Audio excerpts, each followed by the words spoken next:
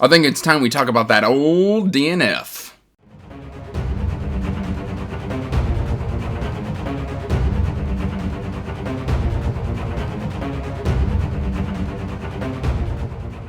Hey everyone, welcome back to Andrew's Wizard of Reads, and as always guys, I am Andrew. Today we're going to talk about DNFing, but before we get into that, please like this video and subscribe to the channel, as it does help the channel grow. And check the description box down below for links to all my social media, including information about my Patreon, if you want to help support what I do here. I just want to give a huge, heartfelt thank you to all my patrons for supporting my passion and helping me through with this fantastic hobby. That said, let's jump right on into the subject matter of the video, and that's DNFing. And this might be a shorter video, it might be a longer video. I just kind of I've got a reputation as being a bit of a DNFer.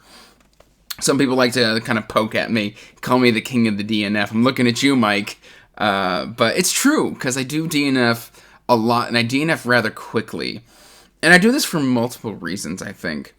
I have kind of developed a little of a hair trigger when it comes to just putting books down, because rarely does a book surprise me if I'm not enjoying it early on. And don't get me wrong, it can happen. It definitely happened with Zachary Pike's Orconomics, but that was by design. The book is designed to be that way. But a lot of the times I know my tastes, and I try and be very honest with my reading tastes.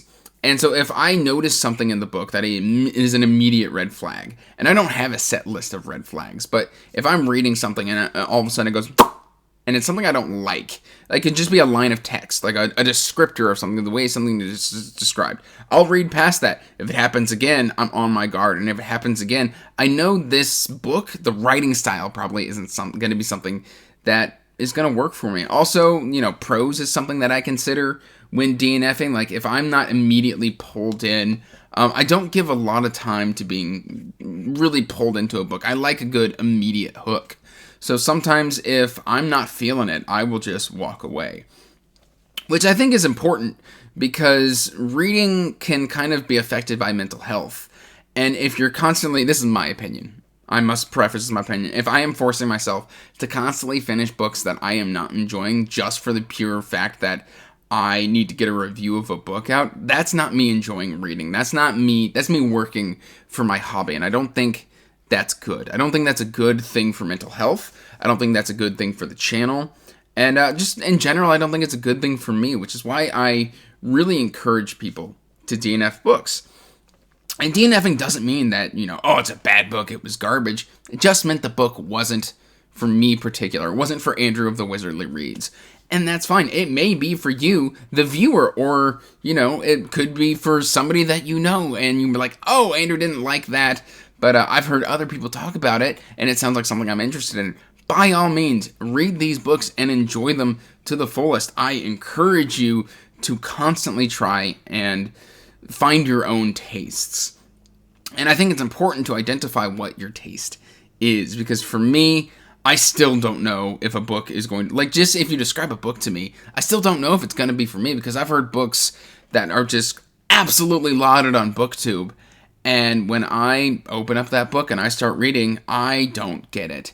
And it ends up being a DNF, and that's perfectly fine. There's nothing wrong with DNFing. DNFing can be healthy, it can be good, it can help you move on to a more exciting read faster, which is always a good thing. Really what we're doing when we're reading is we're reading for pleasure. We're reading for great stories. We're reading for adventure.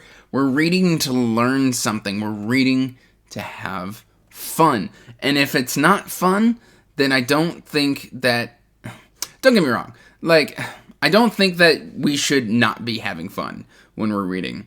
And if we're not having fun, we should DNF. And I sound like a broken record. And I sound like I'm rambling, but I kind of am rambling because it is important to me to make sure that I am reading books that I find spectacular. My personal preference on the channel is I don't really do rant reviews.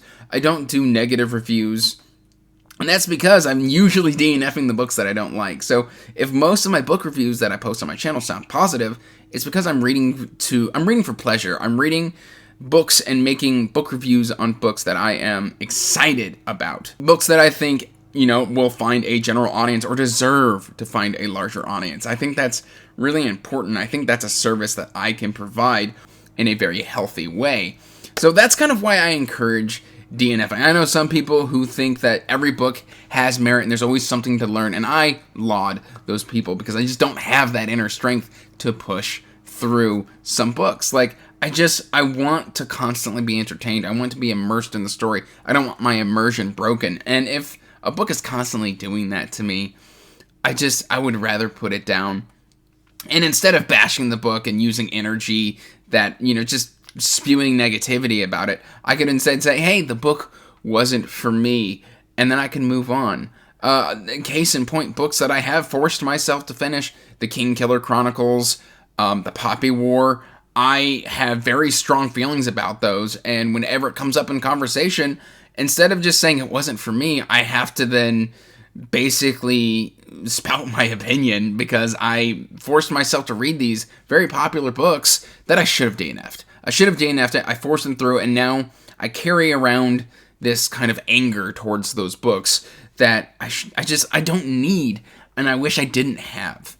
Because I can be like, I don't understand why people like this, and then I have to feel like I have to interject my opinion on these books, and it drives me mad because I'd rather just talk about amazing books and why I like these books, but instead I forced myself to read something that I wasn't enjoying, and I could have saved myself the time, the effort, the anguish, the anger, and instead moved on and read either another David Gemmell, or read some, I don't know, Daniel Abraham, or some Dumagoy Kermayach, Agatha Christie, some other self-pub that I've been dying to get to, another Andrew Meredith or J.C.M. Byrne, or, I've been dying to get to Return of the Knights and The Assassins of Grin and Secrets.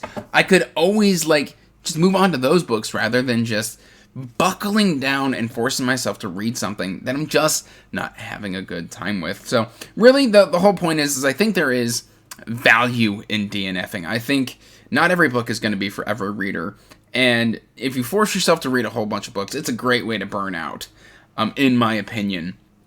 And don't get me wrong, there is value in constructive critique. So finishing books that you don't absolutely love, but you have things on why it was good or why it didn't work for you. That's great. I understand. But for me, I would much rather, as a reviewer and as a person, I would rather just move on to my next read, which is why I DNF 3 or 4 books a month at least. So, if you DNF books or you don't DNF books, that's fine. Every reader is individual, but this is why I DNF books, and I think that I'm going to continue to do so. That's all I really got for you today, guys. Let me know your thoughts in the comments down below about DNFing. Do you want me to go kind of further in, maybe make a more structured video rather than this just rambling content? But I'd love to hear your thoughts in the comments down below. So as always, guys, till next time, peace out, stay magical, bye. And as always, I want to give a huge thank you to my patrons.